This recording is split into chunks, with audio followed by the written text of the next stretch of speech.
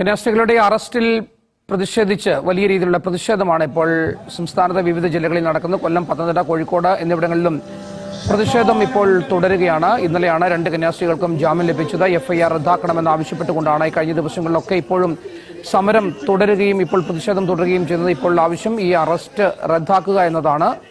ഇപ്പോൾ ഇതിന് ഒടുവിൽ ബിഷപ്പ് മുല്ലശ്ശേരി പിതാവ് സംസാരിക്കും. ഭരണഘടനയുടെ അടിത്തറ, ജനാധിപത്യത്തിന് ആരൊക്കെയാണ് ആ ജനങ്ങൾ? അത് വിവിധ മതത്തിലുള്ളവര്, സമുദായങ്ങളിൽപ്പെട്ടവര്, ഭാഷക്കാർ. എന്തുകൊണ്ടാണ് we the people of India എന്ന് പറഞ്ഞത്? ആദ്യത്തെ ചർച്ചയിൽ ഉണ്ടായിരുന്നത് in the name of God, ദൈവനാമത്തിൽ എന്നായിരുന്നു.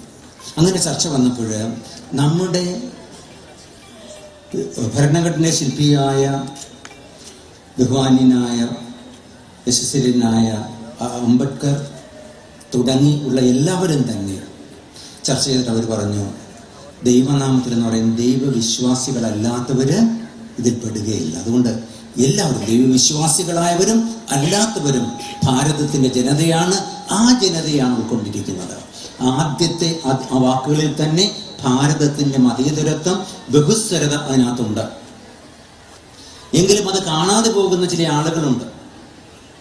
അങ്ങനെ വന്നപ്പോഴാണ് അടിയന്തരാവസ്ഥയുടെ കാലം വന്നപ്പോൾ സെക്യുലർ സോഷ്യലിസ്റ്റ് എന്ന് ചേർക്കേണ്ടി വന്ന. അല്ലാതെ തന്നെ നമ്മുടെ ഭരണഘടനയ്ക്കകത്ത് തന്നെ ഈ സോഷ്യലിസവും അതിൻ്റെ ബഹുസ്വരതയുണ്ട്.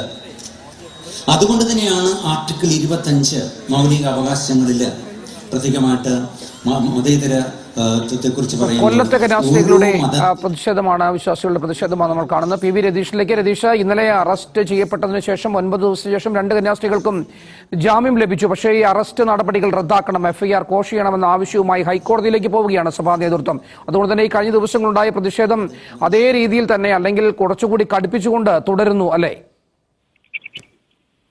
അഭിലാഷ്, KRLCC റിലീജിയസ് കമ്മീഷനും കൊല്ല രൂപതയും സംയുക്തമായിട്ടാണ് പ്രതിഷേധ റാലി സംഘടിപ്പിച്ചത്. 3:30 ട്രാൻസ്പോർട്ട് ബസ് സ്റ്റാൻഡിൽ നിന്ന് പ്രകടനം ആരംഭിച്ചു.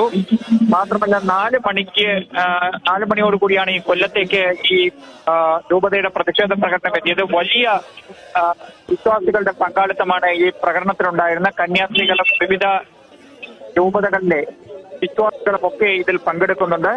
ഇത് കുരിശടിയുടെ മുന്നിലൂടെ ചിന്നക്കടയിലെത്തി റൗണ്ട് കടന്നപ്പോൾ ബസ് ബേയിലെത്തി പ്രതിഷേധ ധർണ ആരംഭിച്ചിട്ടുണ്ട്. ഇവിടെ സഭാ നേതാക്കന്മാരും അതുപോലെ തന്നെ വിശ്വാസികളും ഒക്കെ പങ്കെടുക്കുന്നുണ്ട്. NK പ്രേമചന്ദ്രൻ MP യാണ് ഈ പ്രതിഷേധ ധർണ ഉദ്ഘാടനം ചെയ്യുന്നത്.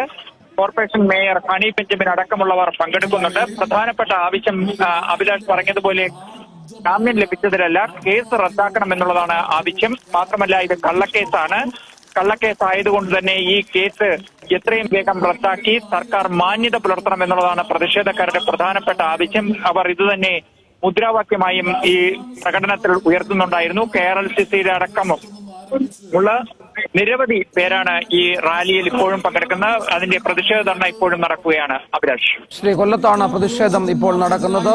NK പ്രേമചന്ദ്രൻ MP ആണ് സംസാരിക്കുന്നത്, ഉദ്ഘാടനം ചെയ്ത് സംസാരിക്കുകയാണ്. ആയിരക്കണക്കിന് വിശ്വാസി സമൂഹം നടത്തിയ പ്രതിഷേധ യോഗം ഈ അവസരത്തിൽ അനുസ്മരിക്കാൻ ഞാൻ ആഗ്രഹിക്കുകയാണ്.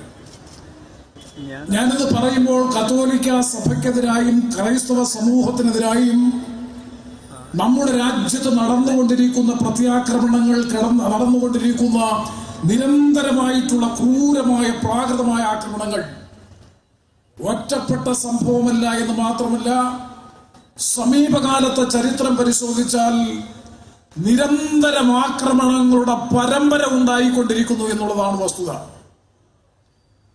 ഇവിടെ ഈ സമരത്തോട്, ഈ പ്രതിഷേധ സംഗമത്തോട് ഐക്യദാർഢ്യം പ്രഖ്യാപിക്കുമ്പോൾ ഒരു കാര്യം അടിവരയിട്ട് പറയാൻ ഞാൻ ആഗ്രഹിക്കുന്നു. അഭിവന്ദ്യ പിതാവ് സൂചിപ്പിച്ചതുപോലെ താൽക്കാലികമായ ആശ്വാസമാണ് ഈ സമൂഹത്തിന് ലഭിച്ചിട്ടുള്ളത്.